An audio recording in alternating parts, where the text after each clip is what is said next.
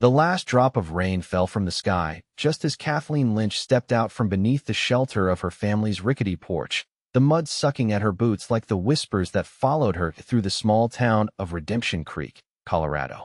The year was 1875, and the West was as wild as the rumors that swirled around her like dust devils on the plains.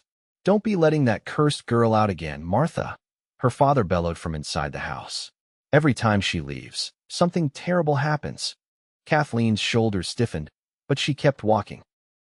At 23, she'd had enough of hiding away, enough of being blamed for every misfortune that befell her family or the town. A failed harvest, a lightning strike, a child with fever somehow. It all circled back to Kathleen and her strange ways. She made her way past the edge of town, toward the creek where she could find a moment's peace.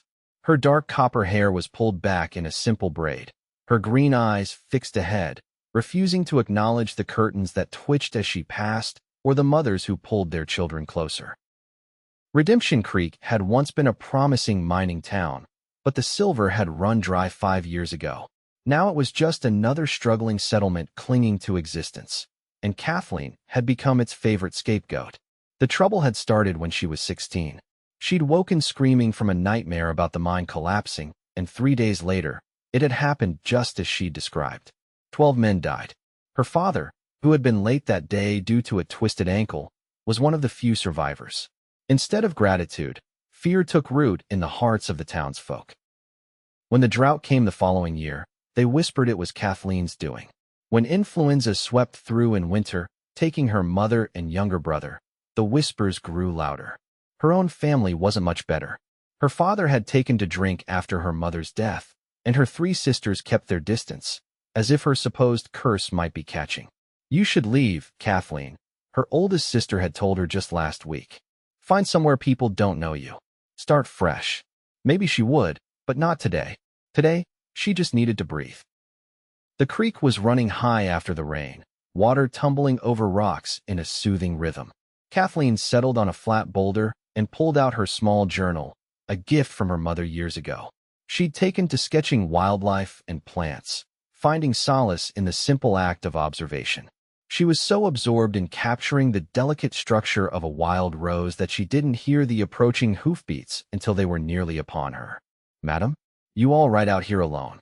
Kathleen startled, nearly dropping her journal into the creek. The man who addressed her sat atop a magnificent buckskin horse, his hat pulled low against the glare of the sun that had finally broken through the clouds. He wasn't from town, she would have remembered him. Tall and broad-shouldered, with a face weathered by sun and wind, he had the look of someone who spent most of his life outdoors. "I'm fine, thank you," she replied, closing her journal and standing, just enjoying the quiet. The stranger dismounted with easy grace, keeping a respectful distance. "Xavier Reed," he introduced himself, touching the brim of his hat. "My friends call me Zav." Kathleen Lynch. She didn't offer her hand, knowing most folks in these parts would rather not touch her. To her surprise, Xavier stepped forward and extended his. "Pleasure to meet you, Miss Lynch." Hesitantly, she accepted the handshake, noting the calluses on his palm and the strength in his grip. His eyes were a warm brown, honest and direct in a way she wasn't accustomed to people looking at her. "You're new to Redemption Creek," she said. It wasn't a question. "Passing through," he confirmed. "On my way to my uncle's ranch about 40 miles west. Just stopped to rest my horse and maybe get supplies." Kathleen nodded, already anticipating how quickly the town would inform this stranger about her supposed curse. "Well, Mr. Reed, you'll find supplies at Whitaker's General Store on Main Street. The prices are high, but the goods are decent." Xavier smiled, revealing a slight dimple in his right cheek. "I appreciate the tip. And what brings you out here by the creek instead of in town on such a fine day?" The question was innocent enough, but Kathleen felt her guard rise. "I prefer the company of nature to most people," she answered honestly. "Can't say I blame you there," Xavier said, glancing around at the scenery. "It's peaceful. Your drawing's mighty fine, by the way. I caught a glimpse before you closed that book." Kathleen felt her cheeks warm. "Thank you. It's just a hobby. A good one." He paused, then asked, "Would you mind showing me the way to town? I'm not familiar with these parts." She hesitated. Walking into town with a stranger would only fuel more gossip, but it seemed rude to refuse such a simple request. I suppose I could, she finally agreed, gathering her things. As they walked, Xavier led his horse and kept a conversational tone, asking about the area and sharing bits about his journey. It was the most normal interaction Kathleen had experienced in years, and she found herself relaxing slightly in his presence. That ease evaporated as they approached the town's main street. People stopped to stare, some making the sign against evil when they thought she wasn't looking. Miss Lynch, Mrs. Whitaker called from the store porch, her voice carrying with deliberate volume. I hope you're not bringing more misfortune our way with this storm clearing. Kathleen kept her eyes forward, her spine rigid. Xavier glanced between the woman and Kathleen, his brow furrowing. Madam, he called back to Mrs. Whitaker, tipping his hat politely. The only misfortune I see is the lack of courtesy being shown to a lady. Mrs. Whitaker's mouth fell open in shock, and Kathleen felt a small, surprised spark of gratitude toward this stranger. Whitaker's is just there, she told Xavier quietly, pointing to the store. I should be getting back. Xavier studied her face for a moment. Thank you for showing me the way, Miss Lynch. Perhaps I'll see you again before I leave town. Kathleen doubted it. Once the townspeople filled his ears with their superstitions, he'd avoid her like everyone else did. Safe travels, Mr. Reed, she said, already turning to leave. She didn't see the way Xavier's eyes followed her retreating figure, thoughtful and untroubled by the whispers that had already begun around him. The next morning, Kathleen woke to the sound of hammering. Curious, she peered out her window to see Xavier Reed helping Old Man Turner repair his sagging porch roof. What's he still doing here? She murmured to herself. Her youngest sister, Louisa, appeared in the doorway. At 18, she was the only one in the family who still showed Kathleen any real kindness. That's the new fellow, isn't it? I heard he's staying at the boarding house for a few days. Told Mrs. Jenkins he's waiting for a telegram before continuing on. Kathleen turned from the window. I'm sure they've told him all about me by now. Louisa shrugged. Probably, but he doesn't seem the type to scare easy. He was asking about you at the boarding house dinner last night. Asking what? Just general things. Where you learned to draw so well. If you've lived here all your life. Louisa's eyes twinkled.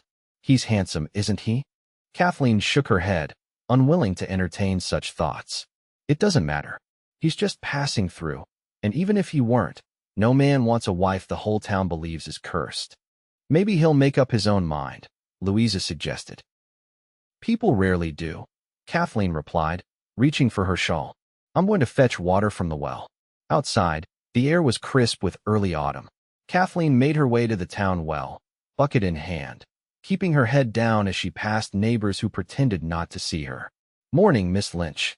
Xavier's voice startled her. He stood at the well, his shirt sleeves rolled up, revealing muscular forearms as he drew water. Mr. Reed, she acknowledged with a nod. I see you're making yourself useful around town. He smiled. I believe in earning my keep, wherever I am.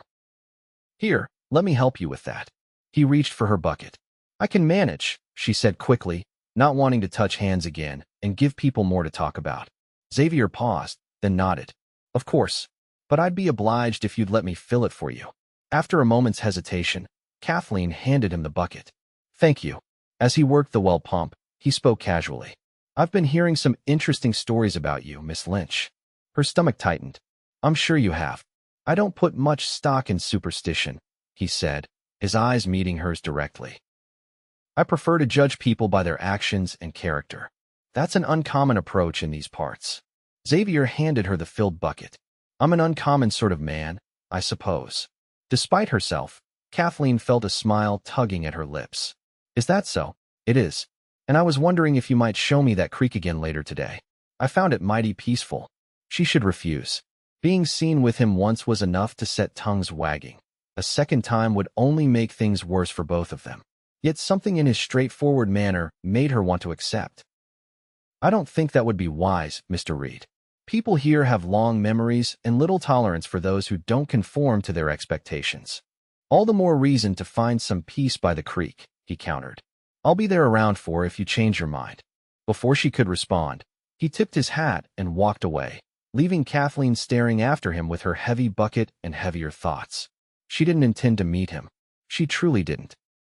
But after a day of her father's drunken accusations the failed crops were her fault, the dying cattle were her doing, her mother's death was because of her evil ways, Kathleen found herself walking toward the creek as the afternoon sun began its descent. Xavier was there, sitting on the same boulder where she'd been the day before, whittling a small piece of wood. He looked up as she approached, his face breaking into a genuine smile that made something flutter in her chest. "You came," he said simply, as if he'd never doubted she would. "I shouldn't have," she replied, but sat down on a nearby rock nonetheless. "Why not?" Kathleen sighed, looking out over the water. "Because by now, you've surely heard that I'm cursed, that I bring misfortune to everyone around me, that I'm the reason for every calamity that's befallen this town in the past 7 years."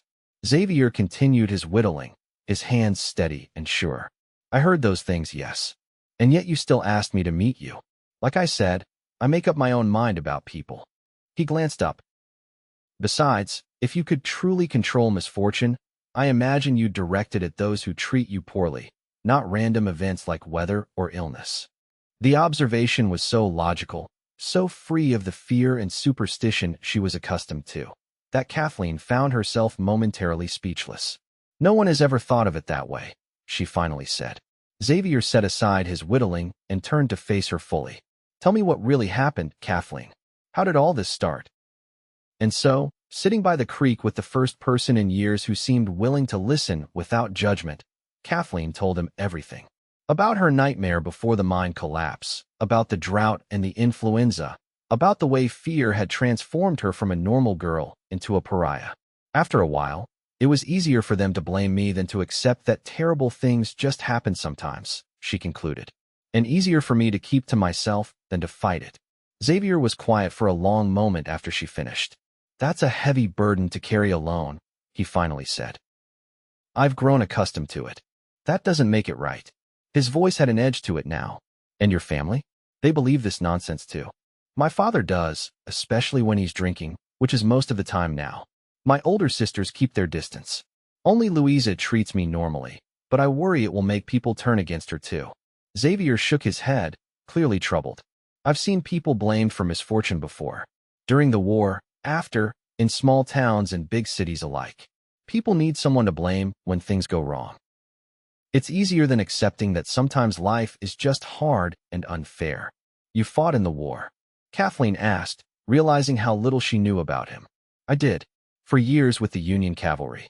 Saw things no man should see." His eyes grew distant for a moment before refocusing on her. "But that's in the past. What about your future, Kathleen? Do you plan to stay here, where people treat you this way?" The question hit a nerve. Where would I go? What would I do? I have no money, no connections elsewhere. There's a whole country out there. Towns where nobody knows your name or the stories about you. Places where you could start fresh. The idea was both terrifying and exhilarating. "Perhaps someday," she said noncommittally. They talked until the sun began to set, about books they'd read, places Xavier had seen in his travels, Kathleen's drawings. It was the most normal conversation she'd had in years, and when it was time to leave, she found herself reluctant to end it. "Thank you," she said as they walked back toward town. "For listening. For not assuming the worst of me." Xavier smiled down at her. "Thank you for trusting me with your story. I'll be in town a few more days. Maybe we could talk again tomorrow?" She knew she should refuse, but found herself nodding instead. "I'd like that." As they reached the edge of town, Xavier stopped. "I'll see you home." "That's not necessary," Kathleen said quickly. "It would only cause more talk." "Let them talk," he replied, his jaw set stubbornly. "I escort ladies home. That's just good manners where I come from." Too tired to argue, Kathleen allowed him to walk her to her door. As they approached the Lynch house, her father stumbled out onto the porch, clearly drunk. "Who's that with you, girl?" he demanded, squinting in the fading light. "Father, this is Mr. Xavier Reed," Kathleen said, her voice steady despite her embarrassment. "Mr. Reed, my father, Thomas Lynch." Xavier stepped forward, offering his hand. "Sir, it's a pleasure." Thomas ignored the outstretched hand. "You courting my cursed daughter, mister? Better think twice. She'll bring you nothing but grief." Kathleen felt her face burn with shame. "Father, please, I'm simply escorting Miss Lynch home after a pleasant conversation, sir, Xavier interrupted smoothly. And I find her company quite agreeable. Thomas snorted. Give it time. You'll see. Everyone does. He turned and stumbled back into the house, leaving the door ajar. I'm sorry, Kathleen whispered, mortified. Xavier's expression was gentle but determined. You have nothing to apologize for, Kathleen. Nothing at all. She looked up at him, wondering how this man could be so different from everyone else she'd known. Good night, Xavier. Thank you again. Good night, Kathleen. I'll see you tomorrow. As she watched him walk away, Kathleen felt something she hadn't experienced in a very long time. Hope. It was small and fragile, but it was there, warming her from the inside like the first ray of sunshine after a long winter. The next few days fell into a pattern. Kathleen would complete her chores in the morning, then meet Xavier in the afternoon, sometimes by the creek, sometimes walking along the ridge overlooking the valley. They talked about everything and nothing, his time as a cavalry officer, her dreams of perhaps one day publishing a book of her nature drawings, the books they'd both read, the places he'd seen and she'd only imagined.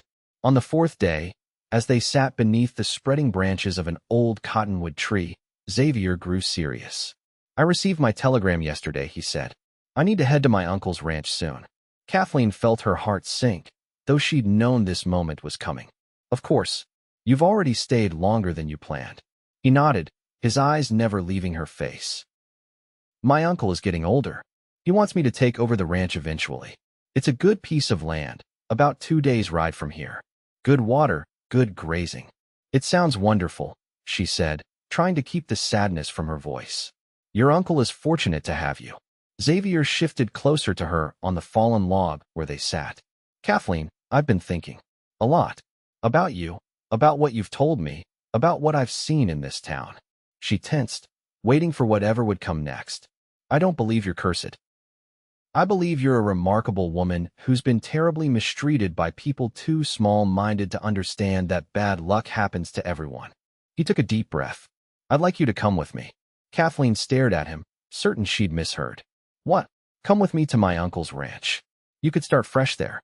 No one would know about Redemption Creek or any supposed curse. Xavier, we barely know each other, she protested, though her heart had begun to race. What would your uncle think? What would people say?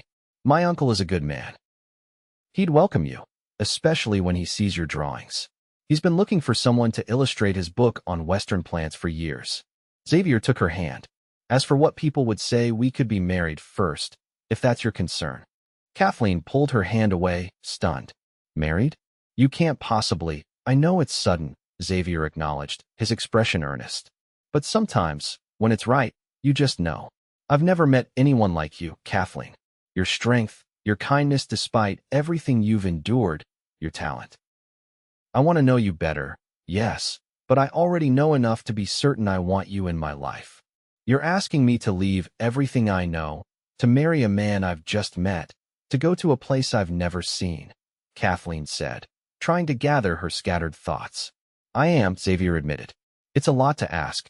But what's waiting for you here, Kathleen? More years of being blamed and shunned. I'm offering you a chance at a new life. A good life. The offer was tempting, so tempting it frightened her. What if the curse follows me? She whispered, voicing her deepest fear. What if something terrible happens to you, or your uncle, because of me? Xavier's face softened. There is no curse, Kathleen. There's only life, with all its joys and sorrows. And I'd rather face whatever comes with you by my side than wonder for the rest of my days what might have been if I'd been brave enough to ask you to come with me. Tears filled her eyes. I need time to think. Of course, he said gently. I plan to leave the day after tomorrow. Think about it, and let me know your decision. That night, Kathleen barely slept. She paced her small bedroom, weighing Xavier's offer against everything she knew. Leaving would mean abandoning her family, even Louisa who had stood by her. It would mean journeying into the unknown with a man she'd known for less than a week. It was reckless, potentially dangerous, but staying meant continuing to exist, not truly living, in a town that had already decided her worth and found it wanting. It meant watching her father drink himself to death, powerless to help him. It meant growing old alone, feared and avoided. By morning, Exhaustion had claimed her, and she fell into a fitful sleep. She dreamed of riding across open plains with Xavier, of a house with curtains blowing in the breeze, of drawing by lamplight while he read aloud from a book. She dreamed of belonging somewhere, with someone who saw her clearly. When she woke, the sun was high, and her decision was made. She found Louisa in the kitchen, kneading bread dough with practiced movements.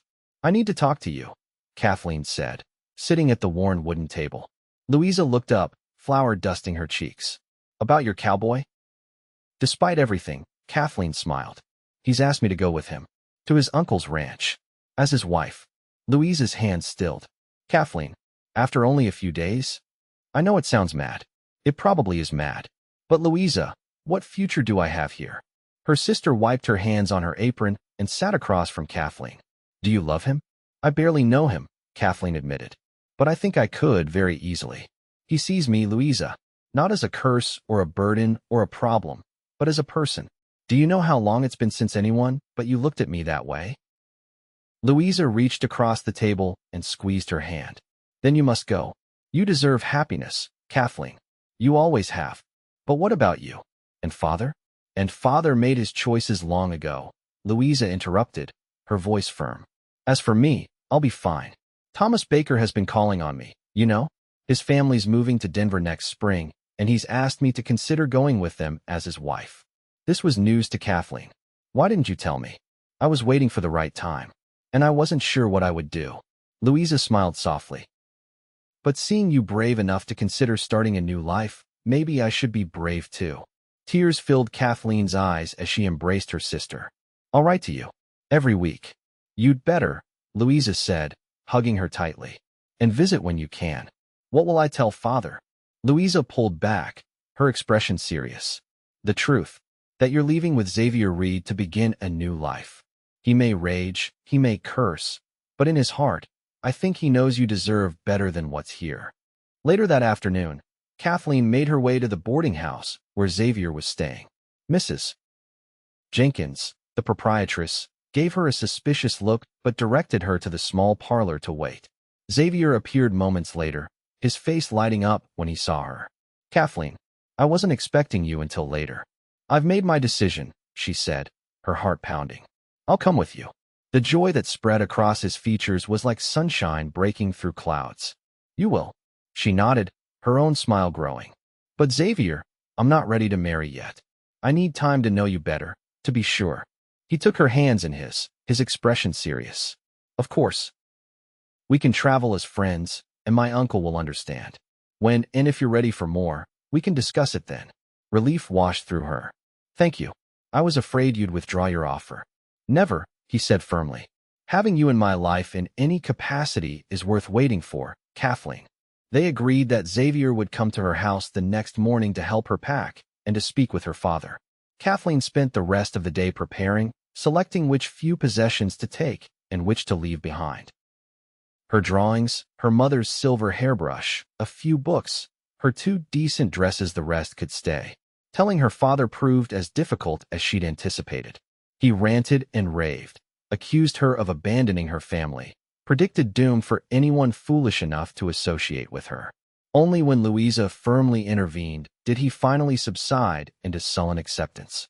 "You'll regret this," he muttered as Kathleen embraced him goodbye. "And so will he." "I hope not, father," she replied softly. "I truly hope not." Her other sisters were surprised, but not particularly distressed by her departure. They had their own lives now, with husbands and children, and Kathleen had long been peripheral to their concerns. The morning of their departure dawned clear and cool. Xavier arrived with a second horse, a gentle mare he'd purchased for Kathleen. As they loaded her few belongings into saddlebags, a small crowd gathered at a distance, watching. "Don't mind them," Xavier said quietly. "They're just curious." Kathleen nodded, though she felt their stares like physical pressure. Louisa came out to say a final goodbye, pressing a small package into Kathleen's hands. "Mother's locket," she whispered. "I want you to have it." Tears threatened again as Kathleen hugged her sister fiercely. "I'll treasure it always. And I'll see you again, I promise." As they mounted their horses, a commotion at the edge of the gathered crowd caught Kathleen's attention. Mrs. Whitaker was pushing her way forward, her face set in determined lines. "Mr. Reed," she called out, her voice carrying clearly. "A word of warning before you go." Xavier straightened in his saddle. "Yes, madam." "That girl brings misfortune wherever she goes. We've seen it time and again in this town. If you've any sense, you'll leave her behind." A murmur of agreement rippled through the onlookers. Kathleen felt her face flame with humiliation, but before she could speak, Xavier's voice rang out, clear and strong. "Madam, with all due respect, the only misfortune I've witnessed in Redemption Creek is the shameful way this community has treated one of its own. Where I come from, we judge people by their actions and their character, not by superstition and fear." He looked around at the gathered faces. Kathleen Lynch is intelligent, kind, and talented. If you can't see that, the loss is yours, not mine. He turned to Kathleen, his eyes warm. "Ready?" Unable to speak past the lump in her throat, she nodded. As they rode out of town, Kathleen felt a curious lightness, as if she were shedding an invisible weight with each hoofbeat that carried her away from Redemption Creek. They rode in companionable silence for the first hour, the landscape gradually changing from familiar to new as they headed west. "Are you all right?" Xavier asked when they stopped to water the horses at a small stream. Kathleen considered the question seriously. "Yes," she said finally. "I think I am. Or I will be." He smiled, that dimple appearing in his cheek. "Good. We've got about 2 days right ahead of us. My uncle's place is just beyond the foothills there." He pointed to the distant line of mountains. "What's he like, your uncle?" "Uncle Jeremiah?" Xavier's expression grew fond. "He's a character. Fought in the Mexican War, then came out here and started ranching. Never married, but he's taken in more than a few strays over the years, human and animal alike. You'll like him, and he'll like you, especially when he sees your drawings." As they continued their journey, Kathleen began to relax, enjoying the freedom of the open country and Xavier's easy company. They made camp that night in a sheltered grove, and as they sat by the fire after a simple meal of beans and bacon, Xavier told her more about the ranch and his plans for it. "Uncle Jeremiah's got about 200 head of cattle, good Herefords mostly, and some of the best grazing land in the territory. The house isn't fancy, but it's solid and warm in winter. There's a bunkhouse for the hands, just 3 full-time now, plus a couple of seasonal workers when needed." "It sounds wonderful," Kathleen said, watching the firelight play across his features. "How long have you been planning to take it over?" Xavier poked at the fire with a stick. "Since the war ended, I suppose. I did some drifting first, worked as a trail boss for a while, did some scouting for the army. But I always knew I'd end up back at the Cross Creek Ranch eventually." "Do you miss it? The traveling, the freedom?" He considered this. "Sometimes. But there's a different kind of freedom in putting down roots, in building something that lasts." His eyes met hers across the fire. "In finding someone to build it with." Kathleen looked away, suddenly self-conscious. "I hope I'm not disappointing you by not being ready to marry right away." "Kathleen," Xavier said gently, waiting until she looked at him again. "I meant what I said. Having you in my life in any capacity is enough. If friendship is all you ever want to offer, I'll count myself fortunate." She studied his face, looking for any sign of insincerity, but found only openness and warmth. "Thank you," she said softly, "for everything." That night, wrapped in her bedroll with Xavier sleeping a respectful distance away, Kathleen looked up at the vast canopy of stars and felt, for the first time in years, that perhaps the future held more possibilities than she had dared to imagine. They reached Cross Creek Ranch late the following afternoon. As they crested a small rise, Kathleen got her first glimpse of what might become her new home. A substantial log house with a wide porch sat nestled against a backdrop of pine-covered hills. A barn and several outbuildings clustered nearby, and in the distance, cattle grazed on rolling pastures. A creek, presumably Cross Creek, wound through the property, lined with cottonwoods and willows. "It's beautiful," Kathleen breathed. Xavier's face glowed with pride. "It is, isn't it? Uncle Jeremiah picked this spot because of the year-round water and the natural shelter of those hills. The cattle can graze the high pastures in summer and the sheltered valley in winter." As they approached, a tall, lean figure emerged from the house and strode toward them. Jeremiah Reed was in his 70s, but moved with the vigor of a much younger man.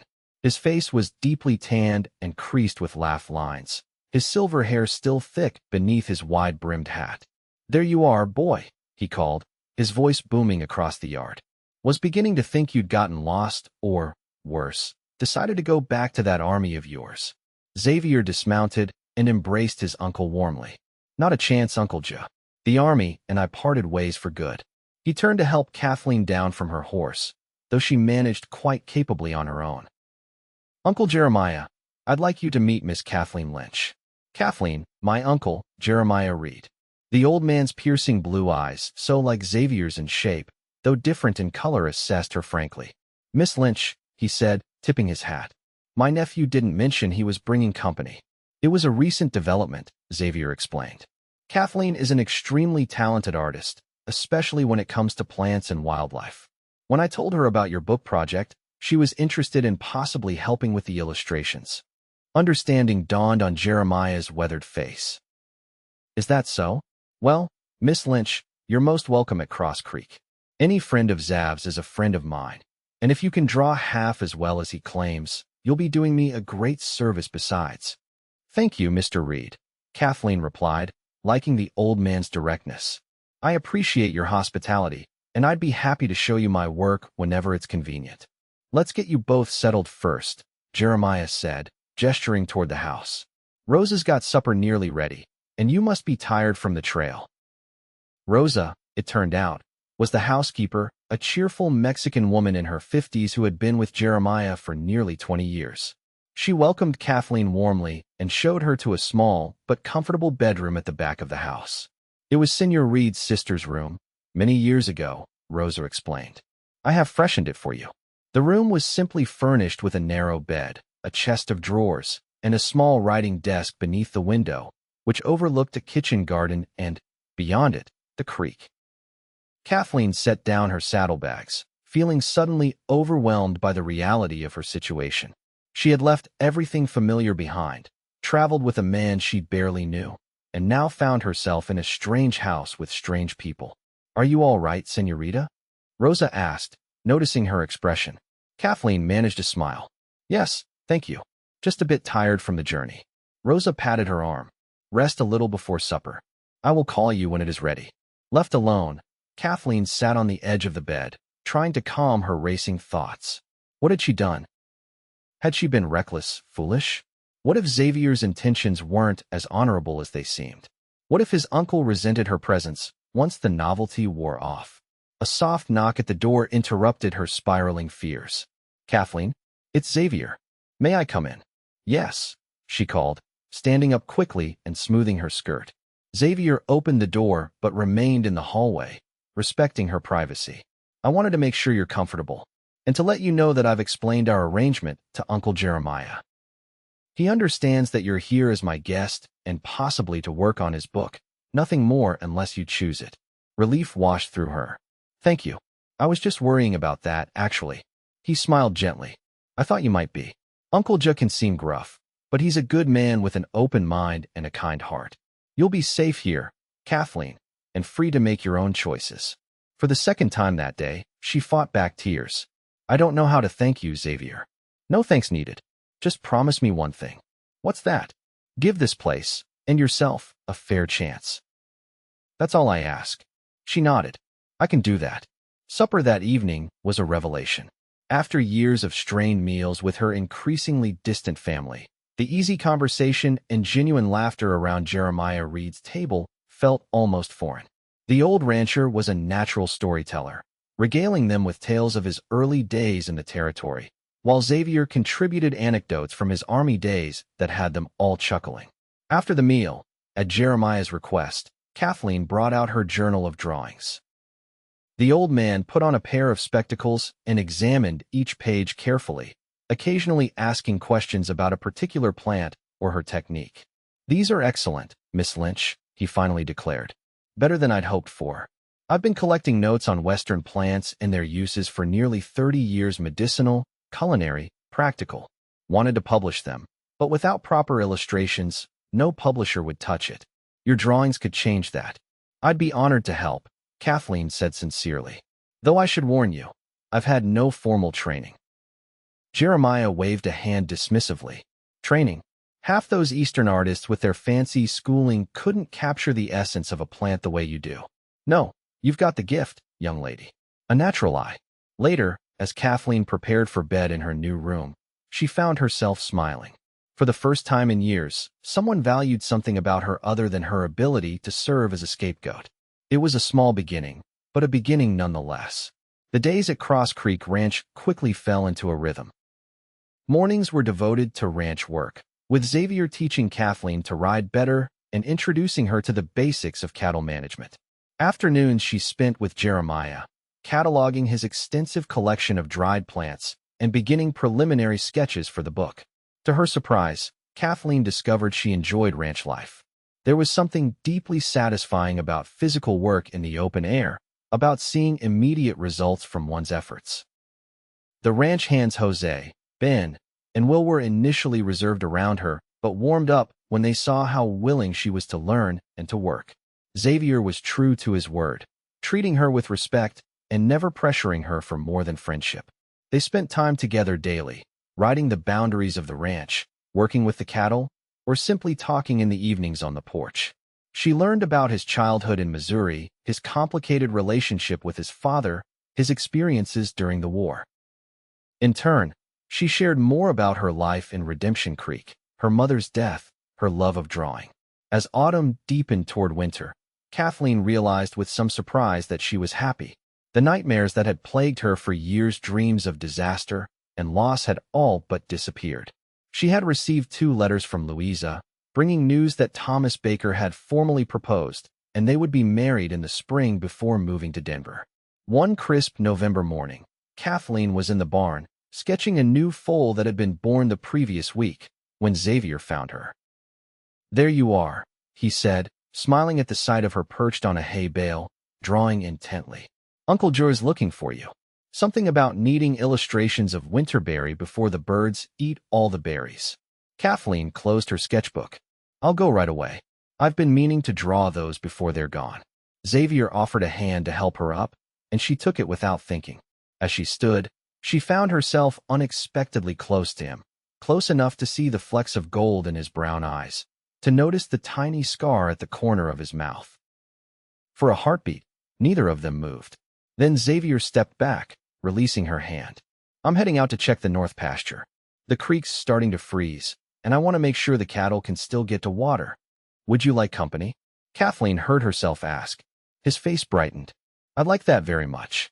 But what about Uncle Jer's winterberries?" "They can wait until afternoon. The light will be better then anyway." They rode out together, the horse's breath forming clouds in the cold air. The landscape had transformed with the season, the lush greens of summer giving way to the muted golds and browns of autumn, now increasingly touched with frost in the mornings. "Winter comes early up here," Xavier commented as they rode. "First real snow usually hits before Thanksgiving." "I've never spent a winter outside of Redemption Creek," Kathleen admitted. "Will it be very harsh?" "It can be. We'll get snowed in a few times, most likely. But the house is sturdy, and we always lay in plenty of supplies." He glanced at her. "Are you worried?" She considered this. "No, not really. It will be an adventure." Xavier smiled. "That's what I like about you, Kathleen. Your courage. I don't feel particularly courageous most of the time." "That's because you don't see yourself clearly. Leaving everything you knew, coming to a strange place with people you barely knew, that took real courage." They had reached the north pasture, where a group of cattle were gathered near the partially frozen creek. Xavier dismounted to break the ice at the edge of the water, allowing the animals better access to drink. Kathleen watched him work, admiring his efficiency and the gentle way he spoke to the cattle. On their ride back to the ranch, they took a different route, one that led them along a ridge overlooking the entire property. Xavier reined in his horse at the highest point, and Kathleen drew up beside him. "It's breathtaking," she said, taking in the panoramic view of the ranch spread out below them, the house and outbuildings looking like toys in the distance. "My favorite spot on the whole ranch," Xavier agreed. "I used to come up here as a boy and imagine that someday it would all be mine." He turned to her, his expression suddenly serious. "Kathleen, there's something I need to tell you." Her stomach tightened with apprehension. "What is it?" "I've been offered a job." The army wants me back, as a civilian scout for the new fort they're building about 100 miles west of here. Kathleen felt as if the ground had shifted beneath her. Oh, I see. When would you leave? That's just it. I've decided not to take it. His eyes held her steadily. My place is here, at Cross Creek. With Uncle Jew. And if you'll have me with you. Xavier. I know. I promise not to pressure you. And I'm not. I just want you to know that my feelings for you have only grown stronger these past weeks. I love you, Kathleen. I think I've loved you since that first day by the creek in Redemption Creek. The words hung in the crisp air between them. Kathleen's heart raced, a mixture of fear and something else, something warmer and more insistent. I don't know what to say, she finally managed. You don't have to say anything right now, Xavier assured her. I just wanted you to know where I stand. Take all the time you need. They rode back to the ranch in silence, but it wasn't uncomfortable. Rather, it was filled with unspoken thoughts and possibilities, like the pause between lightning and thunder. That evening, after supper, Kathleen retreated to her room early, claiming fatigue. In truth, she needed time to think, to sort through the tumult of emotions Xavier's declaration had stirred in her. Did she love him? The question seemed both simple and impossibly complex. She admired him, respected him, enjoyed his company more than anyone else's. When he smiled at her, something inside her seemed to brighten in response. When they were apart, she found herself looking forward to seeing him again. But love? After a lifetime of being told she was cursed, of being blamed for every misfortune, could she really believe that someone as good as Xavier could truly love her? And more importantly, could she trust that loving him wouldn't somehow bring disaster upon him? The old fears rose up again, whispering in the voice of her father, of Mrs. Whitaker, of all the people who had shunned her for years. What if they were right? What if she was somehow marked for misfortune? A soft knock at her door startled her from these dark thoughts. Kathleen, it's Rosa. May I come in? Curious, Kathleen opened the door to find the housekeeper holding a steaming mug. I thought you might like some hot chocolate, Rosa said with a warm smile. It helps one sleep. Thank you, Kathleen said, accepting the mug gratefully. That's very kind. Rosa hesitated, then said, Forgive me if I speak out of turn, but I saw your face at dinner. Something troubles you. Kathleen sighed, finding herself unexpectedly willing to confide in this kind-hearted woman. It's complicated. Matters of the heart usually are, Rosa said wisely, sitting on the edge of the bed when Kathleen gestured for her to do so. Is it about Senor Xavier? Kathleen nodded, taking a sip of the rich chocolate. He says he loves me. And this troubles you? Do you not care for him? I do very much. But I'm afraid. Of what, Nina? So Kathleen told her, about the supposed curse, about the years of blame and isolation, about her fear that loving her might bring harm to Xavier or anyone else she cared for. Rosa listened without interruption, her dark eyes compassionate. When Kathleen finished, the older woman reached out and took her hand. My grandmother was what the people in my village called a bruja, a witch, she said. They feared her because she knew things, because she could heal with plants when the doctor could not. When crops failed or children sickened, they would whisper that it was her doing. Rosa's voice grew firm. It was nonsense, of course. My grandmother was simply a wise woman with knowledge passed down through generations. But fear makes people foolish, and foolish people look for simple answers to difficult questions. What happened to her? Kathleen asked. She lived to be very old, surrounded by those who loved her and were not afraid. And when she died, it was peacefully, in her sleep. Rosa squeezed Kathleen's hand. The point, Nina, is that you must not let the fears of others become your own fears. You are not cursed. You are a good woman with a kind heart and many gifts. But how can I be sure? You cannot be sure of anything in this life except this moment. But I have watched you these past weeks. I have seen how the animals respond to you, how Senor Jeremiah has grown fond of you, how the men respect you. These are not reactions to a cursed person. Rosa stood, her expression gentle but firm. And I have seen how you look at Senor Xavier when you think no one is watching. That is not fear in your eyes, Nina. That is love. After Rosa left, Kathleen sat for a long time, sipping her chocolate and thinking about the housekeeper's words. Was she right? Had Kathleen been allowing the superstitions of Redemption Creek to dictate her life even now, hundreds of miles away? She thought of Xavier, of his steady presence, his unwavering belief in her, his quiet strength. She thought of the way her heart lifted when he entered a room, the way conversation flowed between them, the way his hand felt when it accidentally brushed hers. And she realized, with a clarity that was both terrifying and exhilarating, that Rosa was right. She did love him.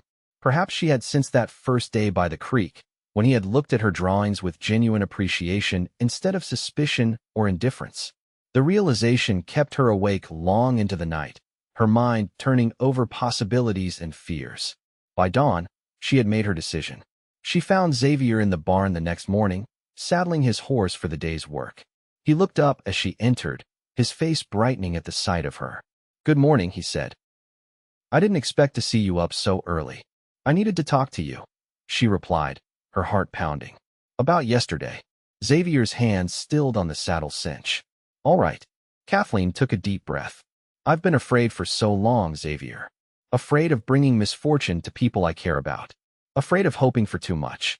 Afraid of trusting my own heart." He waited, his expression patient. "But I don't want to be afraid anymore." She stepped closer to him. "I love you, Xavier Reed. I love your kindness, your strength, your unwavering belief in me. And if you still want me, I would be honored to be your wife." The joy that bloomed on his face was like sunrise after the longest night. "Kathleen," he breathed, reaching for her hands. "Do you mean it?" She nodded, smiling through sudden tears. "I do.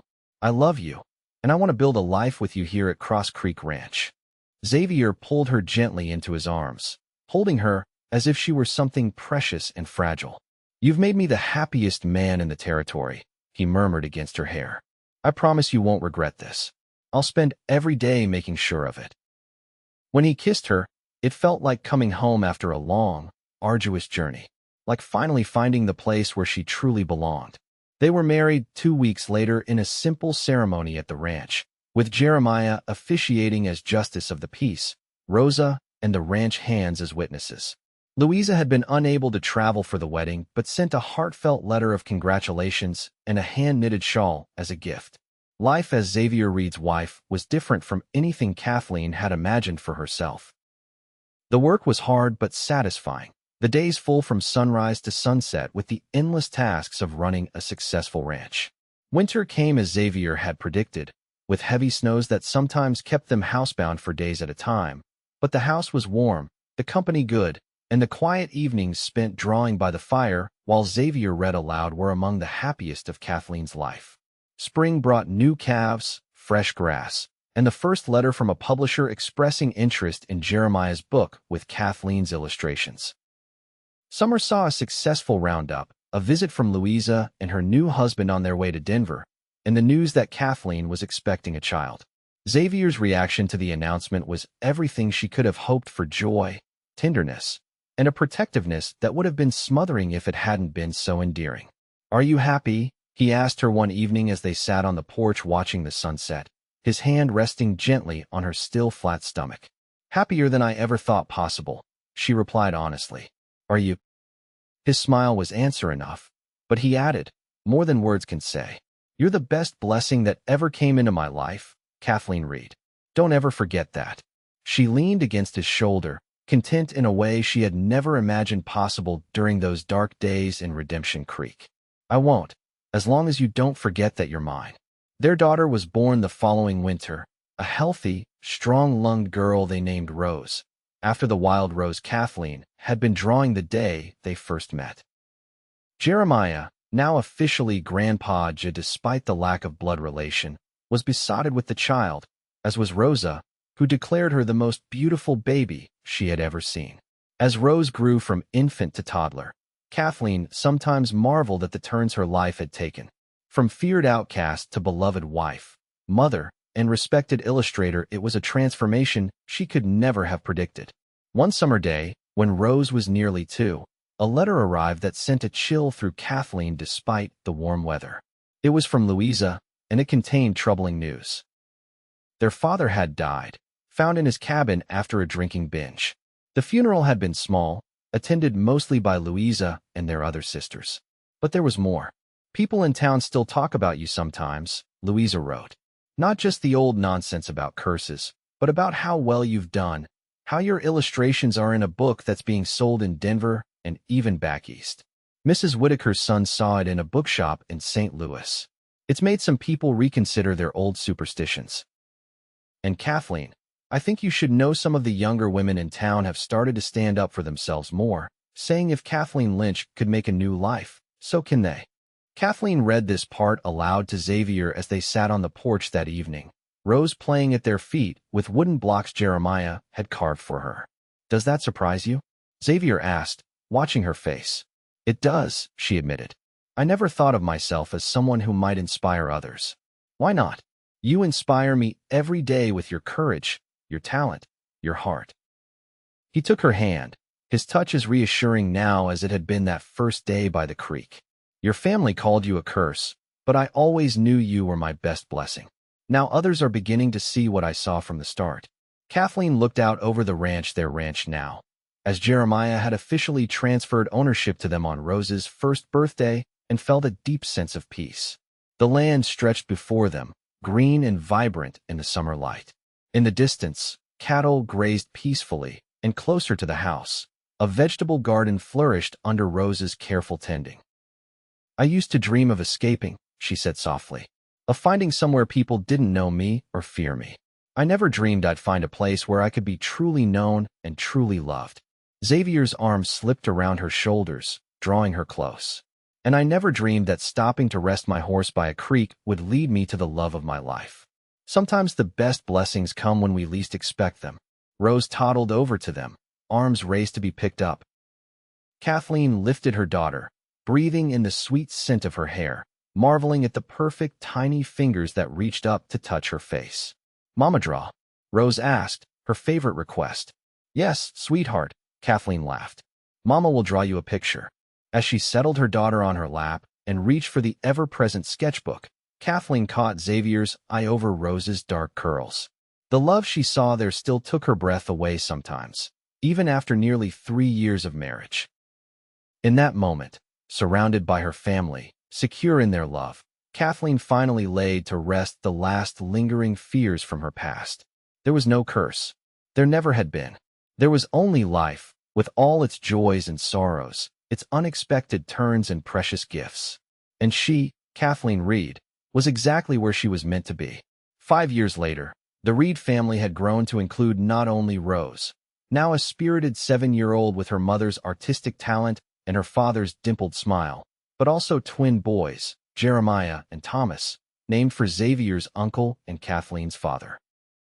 At 4, they were already showing signs of becoming fine horsemen, following Xavier around the ranch with determination in their small boots.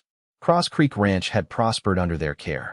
The cattle herd had nearly doubled in size, and the addition of a small but productive horse breeding operation was beginning to make a name for itself in the territory.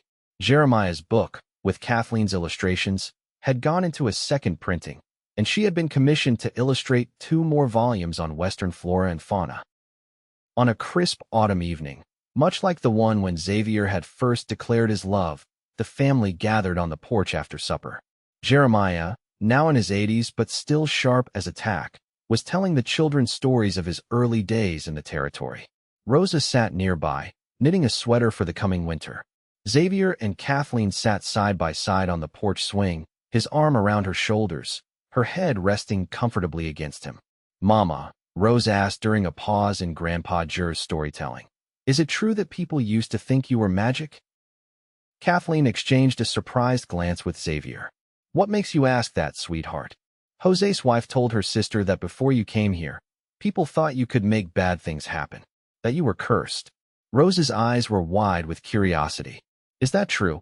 Kathleen took a deep breath, aware that all 3 children were now listening intently. She had known this day would come eventually, had discussed with Xavier how they would handle it when it did. Some people did think that, she answered honestly. In the town where I grew up, there were some unfortunate events: a mine collapse, a drought, an illness that took many people, including my mother and brother. Because I had dreamed about the mine collapse before it happened, some people thought I had caused these things. But that's silly, Rose declared with the straightforward logic of childhood. Dreams don't make things happen. No, they don't, Kathleen agreed. But sometimes people get scared, and when they're scared, they look for someone to blame for the things they don't understand. Were you scared, Mama? Thomas asked, his small face serious. Kathleen nodded. I was for a long time. Until I met your father. She smiled up at Xavier, who squeezed her shoulder gently. Your father saw the truth about your mother from the very beginning. Jeremiah interjected. He used to tell me, Uncle Jia, that woman isn't cursed, she's a blessing. The best blessing of my life. And he was right, Xavier said, his voice warm. Your mother is the best blessing that ever happened to me and to all of us. She taught me, and many others, that sometimes you have to look past what people say to see the truth about a person. Like how Mrs. Finch at school says James Miller is a troublemaker, but he's actually nice when you talk to him? Rose asked. Something like that, Kathleen agreed. It's important to make up your own mind about people, not just believe what others say. The children seemed satisfied with this explanation, and soon the conversation turned to other topics: the upcoming harvest festival in the nearby town, the new foal expected in the spring, Rose's latest drawings. Later, when the children had been tucked into bed and Jeremiah and Rosa had retired for the night, Xavier and Kathleen lingered on the porch, watching the stars emerge in the clear mountain sky. You handled that beautifully, Xavier said, taking her hand in his. Rose's question. I've been expecting it for years, Kathleen admitted. I'm just grateful they're hearing the truth from us, not from whispers or rumors. They'll never know the kind of fear or isolation you experienced, Xavier promised. They're growing up surrounded by love, confident in who they are and their place in the world.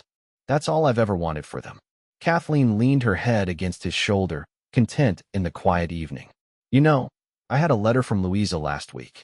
She's expecting their third child. That's wonderful news. Is she still happy in Denver? Very. Thomas's business is doing well, and she's involved with a women's literacy group. She mentioned something interesting, though. Apparently, Mrs. Whitaker's granddaughter has been having dreams, vivid ones that sometimes come true.